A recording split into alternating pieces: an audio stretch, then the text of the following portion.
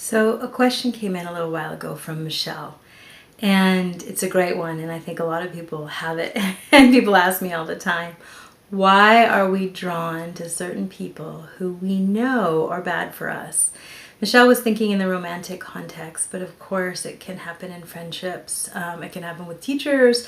We know that this is not the place we need to be, but we're so drawn.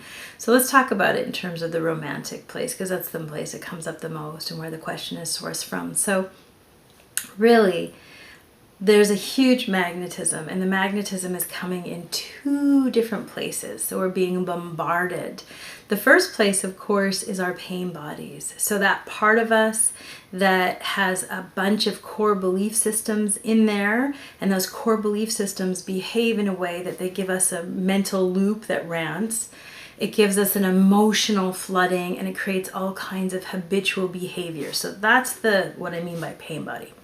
So that movement, those belief systems there, I'm not good enough, I'm not worthy enough, that create these kind of very deep systematic movements of pain, have a magnetic current in them. They're very, very strong. And so we magnetize towards matching belief systems, where we've gotten, you might have a core belief system of I can't be loved, there's no love here for me, or there's not enough love, and it matches totally with the pain belief called I'm not good enough. And if you love me, you really shouldn't. And, so these matching pain bodies, they just collide, and they have such a magnetism.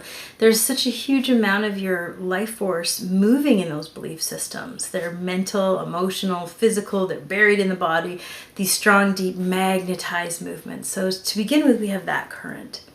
And then the second current we have is, of course, all of the chemical receptors for pleasure and bliss that are moving through us, particularly in a romantic situation where we get this flooding of our system with very, very powerful chemicals that are connected with sex and romance and touching, all of those amazing sensational experiences give us a cascade of hormonal response. So that's a lot of magnetism between matching pain bodies and the cascade of hormonal rushes and responses.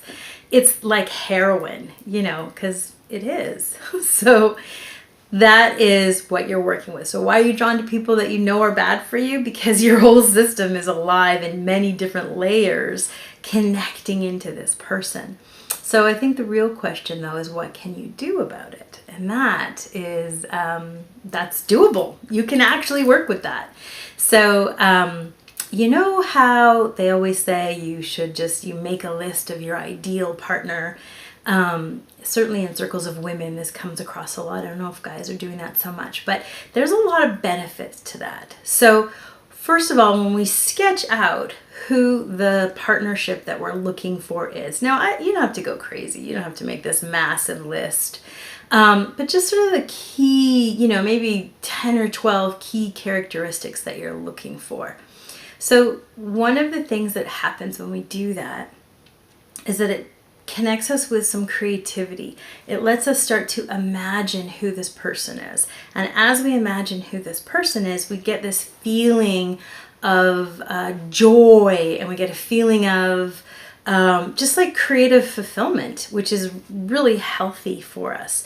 The other thing it does is it helps really, really put forward in our mind with a lot of clarity what it is that we're looking for. So it draws out the pain body. So basically you're seeing that magnetic pain body happening, and this way you can stay a little bit clear of it, or you get a little bit space because you have this clear sketch here of what it is that you're looking for. And particularly, you can use it. You can come home at night if you're feeling lonely and you want to be with someone. You want to be with the person on your list. Here's your list. You want to be with this person. Instead of longing or missing or playing into that cascade of magnetism with the person that you're drawn to, move instead to the list. And I'll just really highlight the place where the pain body is connecting and make it very, very clear why it's not that person, but you're kind of working towards being with this person. And the other cool thing that happens with our little list, especially if you spend some time with it, is that it starts to heal the stories of not good enough. If you spend enough time really feeling and imagining this beautiful relationship or this beautiful partnership that you're wanting in your life, it helps really, really override and get your whole system used to what it feels like to be connected to this person. And again, it helps unwind those stories of I'm not good enough and that kind of stuff. So it's a really, a useful little technique that we've heard through the ages. Is just sketch out those 10 or 12 characteristics, see who that person is, and spend some time there so that you're basically building a magnetic and sort of chemical response to this relationship that you're hoping to build. And it'll help really sever the ties to that magnetic pull. So I hope that helps.